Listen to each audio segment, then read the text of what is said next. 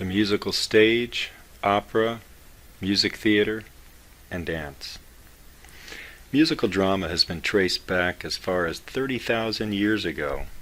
Cave paintings indicate the popularity of the buffalo dance, in which dancers with rhythmic accompaniment reenacted the hunt.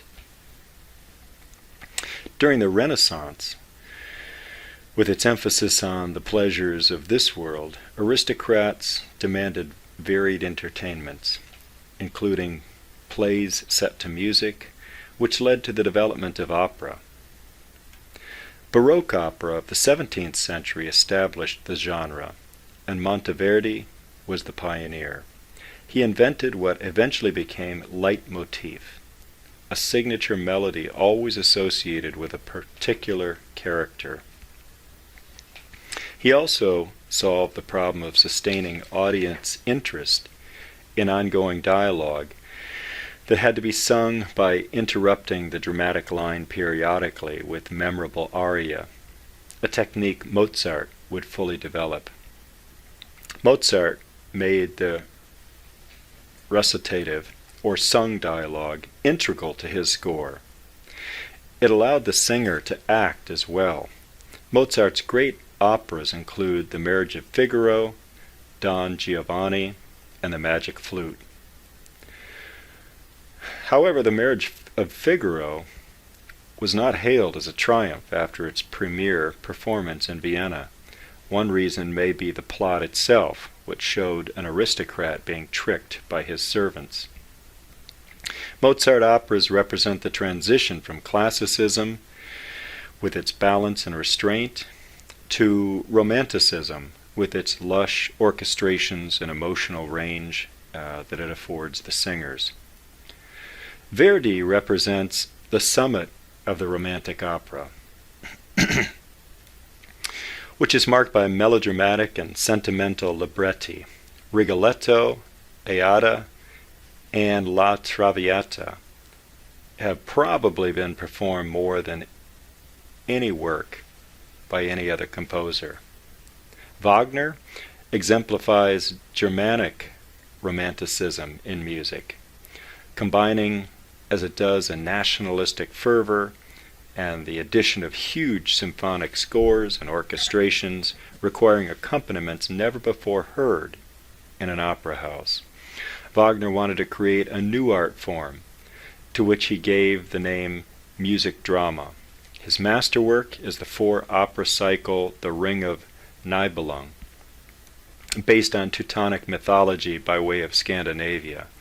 The central premise of the cycle is a magic ring, in this case one that will take the wearer that will make the wearer master of the universe, but only if he will remain chaste throughout his life. The ring keeps changing hands, wars are fought, and Valhalla, the abode of the gods, is destroyed by fire. After the Rhine River overflows and quenches the flames, peace and love return to the earth. If you see a parallel between Wagner and The Lord of the Rings, it's no coincidence. By the 19th century, audiences included the middle class, who demanded more accessible forms of musical entertainment. The operetta, with a usually dumb plot that audiences cared less about than the arias and duets, was popular.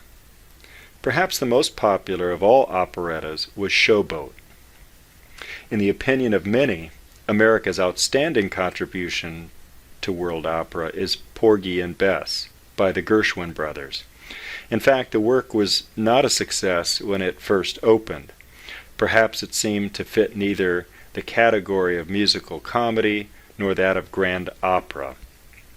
It had a modest run, but over the years its reputation has grown until it is now performed in opera houses the world over. Other modern operas of note include Candide, Leonard Bernstein's comic opera based on Voltaire's famous satire, and Sweeney Todd, Stephen Sondheim's operatic take on a creaky 19th century horror play. So, How is opera received today?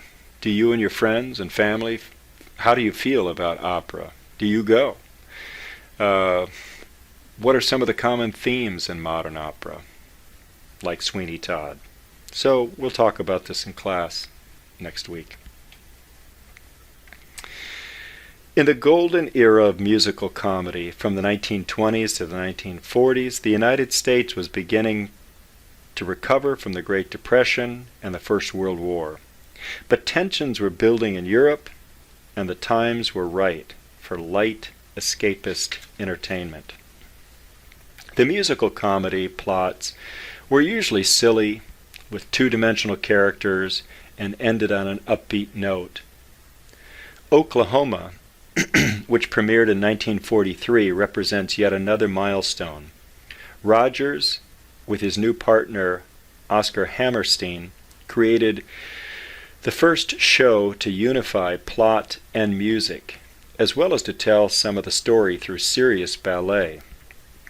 With ballet established as a major component of the Broadway musical, Leonard Bernstein and Stephen Sondheim wrote West Side Story, a retelling of Romeo and Juliet centering on rival New York street gangs.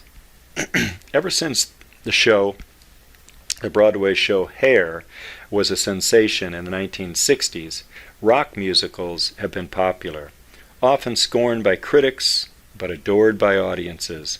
Shows like Grease and Rent have brought hordes of young audience members into the theater. People have danced throughout history. Dance was performed by the ancient Egyptians and the Greeks. The Hebrew Bible even makes reference to dancing. With the development of opera, especially in France, ballet became formalized as an art. All French operas beginning in the 17th century had to feature an elaborate ballet. This explains why all of the classical ballet positions are expressed in French. But it was Russia who may be given credit for elevating ballet to status of a world-class art form, especially with the full-length ballets composed by Tchaikovsky and the Russian companies. Modern dance begins with classical positions and dance combinations, then adds leaping, catching, and being caught, falling on the floor, rolling, and then springing up effortlessly. Modern dancers must master classical ballet and be able to accommodate grueling athleticism. Mikhail Baryshnikov was a virtuoso of modern dance. Dancers and choreographers who made significant contributions to the art form of modern dance include Martha Graham, Alvin Ailey, Paul Taylor, and Twyla Tharp. Unlike classical ballet, which has remained essentially untouched for over a century, modern dance is always evolving. In class, we'll also talk about folkloric dance, which include Native American, flamenco, Mexican, and Asian. So, how do we incorporate dance into our modern day rituals? How does dance inform the viewer of a personal or cultural narrative? Again, give these questions some thought, and we'll discuss them in class. And as always, make sure to familiarize yourself with the key terms for this chapter. And that's it for now. A little bit lighter, shorter chapter compared to the last two. So thanks for listening.